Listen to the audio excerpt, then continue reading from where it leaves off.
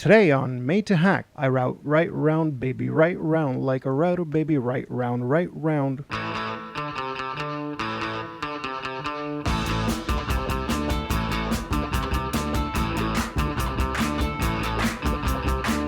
Today on CST-R, we have the dark side router, POF 1200 C2, which is a 1200 watt plunge style router that can take either 6 or 8 millimeter bits.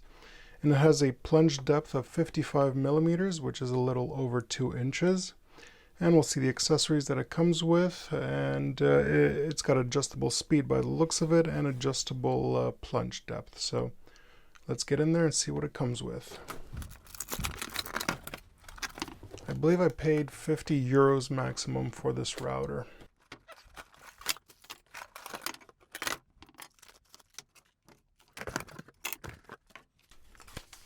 Okay, so there's the manual.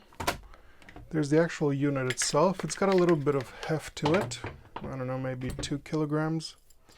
It's got a set of bits. What we have is 4 millimeter sort of chamfer bit, a 6.3 chamfer bit.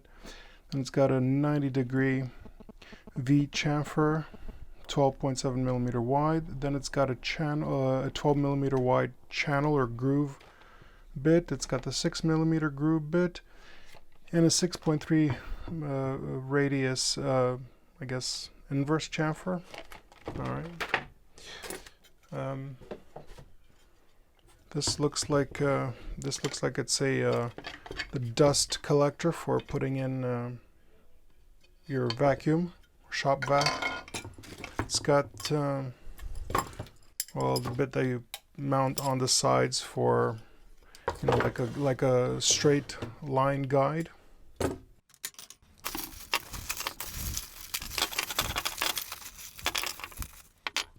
It's also got the tightening nut for the router bits, and I guess various. And this is the 6 millimeter, 8 millimeter collet. Another hex bit for adjusting things. A couple of screws. I don't know what this is. Maybe that's also part of the vacuum system. I'm not really sure. And this bit here. And supposedly it's got a 4-meter length cable for, I guess, extra length, or just for it to be more comfortable. Okay. Yeah. On-off switch with safety. Okay. A depth stop. And the speed adjustment over here. On the back side, I guess this is there we go, for plunge cuts. That's the lever to lock it into place, and this is for locking into place the straight guide. This is also to lock in the depth, so I suppose. Okay, so that's what comes in the box. And today I'm going to try routing a few things. I've got some 16 or 18 millimeter MDF. I've got the same width pine. I will also try some melamine here, although I don't think this is going to do too well. And I believe I have a piece of hardwood somewhere, so let me get this set up. Okay, so I've got the test jig set up here, ready to go. I put the dust cover on, and I got a vacuum in the back. Also, these two accessories are, this is a copying jig, and that's the pin for helping to do centering for making round circles. Anyway, also, when using routers, 9-ear protection are a must. This is a test jig. I'm just going to run the 6.3 millimeter router, I guess, round over bit on the edge.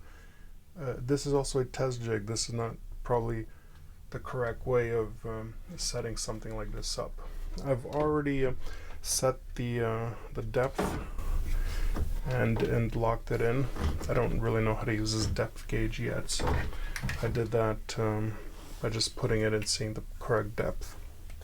And I'm going to go, I guess, full speed on the MDF. Turn on vacuum because the dust gets everywhere with MDF.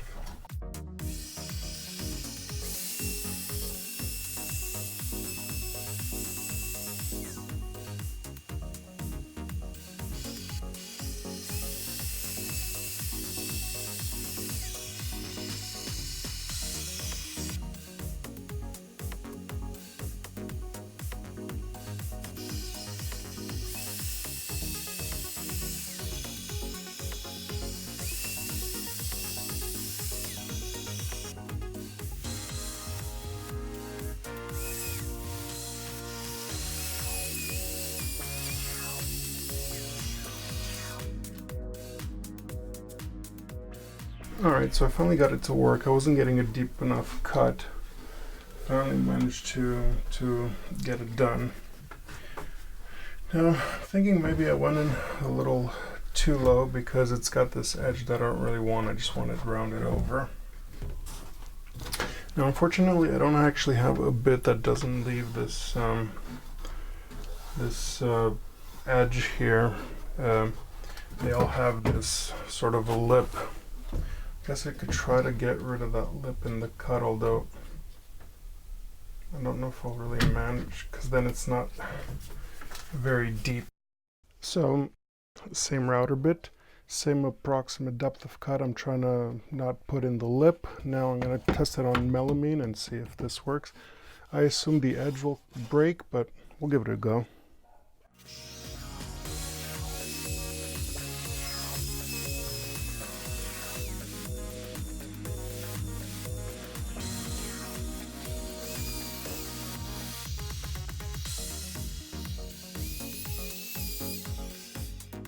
Alright, so routing melamine, obviously it's gonna just chip the whole edge. I mean, it kind of works. Actually, yeah, it's gonna be rough. Here I made a mistake, so don't look at that part, but here it's kind of okay. I assume making just sort of channels would work with melamine, kind of okay, but for edges, not really. Okay, this, well, I think it's some kind of softwood. I'm not sure if it's 100% pine. It might be lindenwood. Anyway, I'm going to try it.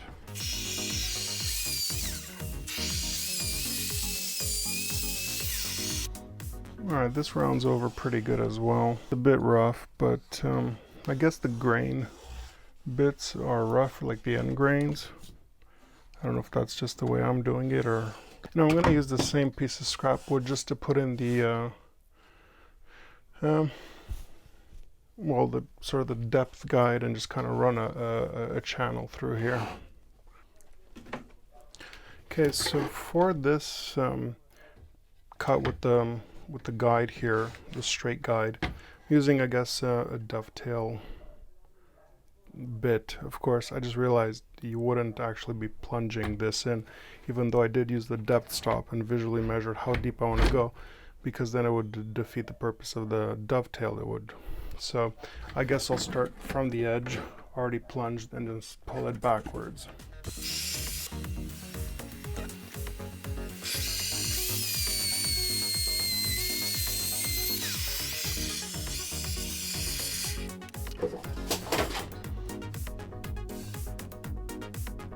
Okay, so that's the dove joint that got cut. It's kind of straight. I guess it just follows the edge there. Here's a detail on that.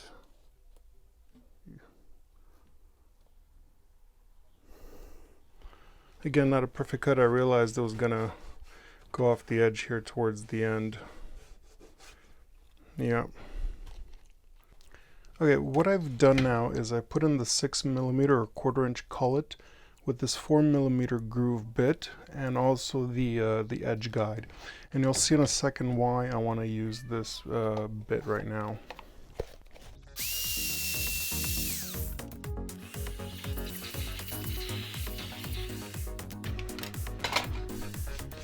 I've kind of screwed up the cut here at the end, but either way, it's got a 4mm channel. And of course, you would use the channel with something like this 3.5mm MDF, like use it in furniture for, like, you know, backing plate. Of course, I don't know, I don't think I did I did it deep enough, but you know, you could kind of get an idea. It's for creating like grooves, you know, so you could put in these backing in furniture. Alright, so what are some of the issues that I've noticed? For one thing, it warms up quite fast. Granted, it's got ventilation holes over everywhere. I don't know if this is really an issue with just this router or with many other routers, but it does tend to warm up a little bit quick, especially on full blast.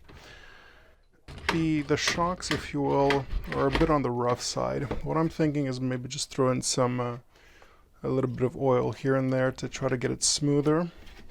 And And I've also noticed that this spring on this end here is a little wonky insofar that it's kind of misshapen here on the end. I don't know if that has something to do with it, but you know, it's not a huge issue. After all, you're not going to be plunging like this. You plunge once and you're going, but you know, it sticks a little bit.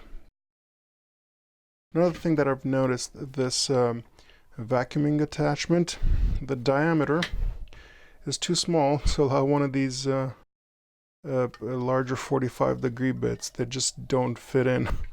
So you can't use this with the 45-degree bit. Granted, it's not from buy this with this router. I had it before, but I wonder if that was just an oversight or what. But yeah, this larger 45-degree bit just won't fit in. A few other things. There's a few burrs here and there on the casting, which is to be expected. They're not going to go over it with a fine-tooth comb for, you know, a unit that you're going to buy for $40 retail, so, or 50 euros, 40, 50 euros retail. It's a little rough around the edges, which is to be expected. Alright, so it's a 40, 50 euro router. What can you expect for an entry-level router? Well, here's a cabinet door that I did round over the bits. They turned out pretty good. This edge is a little bit rough. I'm thinking maybe that it's the MDF and not necessarily the router bit. Of course, I don't know which way you're supposed to start and end so that they're nice, all nice and even. But it did a pretty good job, you know, for the first time home gamer. You know, it is entry level. I mean, for example, this router, which is you know, forest green from that company, this is almost twice the price. It was 80 euros, and this is only a 6mm or 1/4 inch collet, which excludes a lot of these bits because they don't make them in 6mm or 1/4 inch. Right, this is probably a more professional unit, obviously, so, and something comparable from that same brand will probably run you maybe 150 euros, 3 times the price of something like this. So it is entry level. You're not going to make a living out of it, but if you're just starting in woodworking and you just want to get a basic router to get the feel for it, it's probably worth it. I mean, it does an okay job. Granted, if you're a seasoned woodworker or, you know, something of a professional, of course you're not going to buy this. This is really for somebody who just wants to get into a plunge router, get to see how it works, and, you know, and do a few basic home projects before moving on to something better. It's got a lot of shortcomings, obviously. Depth stop, while it works, I didn't use it by reading the dial or fine adjusting it. I also always just set the depth visually and then just kind of tighten it in because, you know, it's kind of wonky. It's not precise. It does go up in 5mm increments, right? So you could go deeper and deeper, but it's not going to be super precision. It's not going to be super well built. Again, 40 to 50 euros retail, that's what you're going to get. It's a decent unit.